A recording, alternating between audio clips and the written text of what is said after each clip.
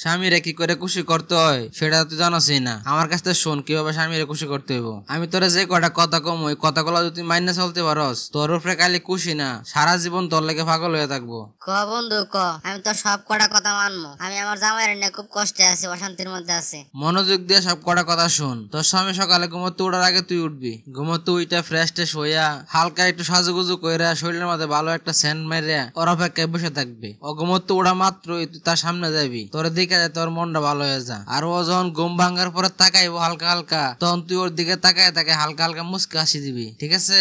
এটা হলো 1 নাম্বার। আর 2 নাম্বার হচ্ছে তুই আগে খেয়াল করবি কিভাবে তার ঘুম ভাঙাইলে সে খুশি হয়। আগে খেয়াল করবি, পরে প্রতিদিন তার এভাবে ঘুম থেকে উঠাইবি, ঠিক আছে? বুঝছস? তাহলে দেখবি তোর প্রতি সে খুব খুশি থাকবো। তারপর সে কখন অফিস থেকে আসে সেটা তুই জানোসই, সেই সময় কি করবি, আবার একটু হালকা সাজুগুজু করে বসে থাকবি। আর ও আইসা কলিং বেল চাপা মাত্রই দরজা খুলে দিবি। আরেকটা জিনিস খেয়াল করবি, দরজাটা ফাঁক করবি আর আস্তে আস্তে হালকা একটু মুচকে হাসি দিবে, যেহেতু সে সারাদিন অনেক কষ্ট করে আইসে, পরিশ্রম করে আইসে। তোর হাসিটা দেখলে ওর কলজাটা মনটা ঠান্ডা হয়ে যাবে। আর একটা কাজ করবি, তুই যখনই কথা বলস তার সাথে সবসময় হাসি মুখে কথা বলবি, ঠিক আছে?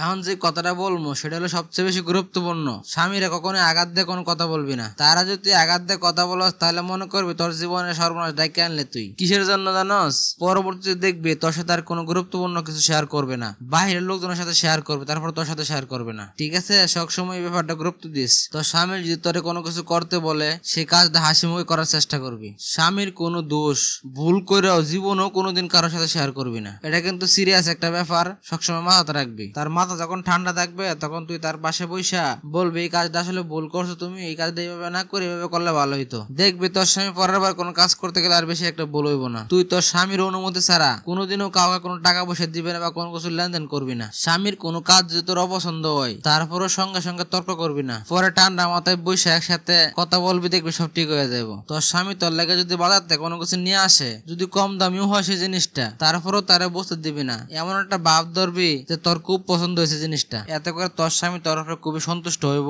খুশি হইব এবং তোর আরো বেশি খেয়াল রাখার চেষ্টা করবো। স্বামীর মেজাজ দেখে তার সাথে ব্যবহার করবি। সে যদি হাসি খুশি থাকে তাহলে তার সাথে তুই হাসি খুশি ব্যবহার করবি। আর তার যদি মন খারাপ থাকে তাহলে তুই তার মন খারাপের কারণগুলো জানতে চাইবি বা বোঝার চেষ্টা করবি।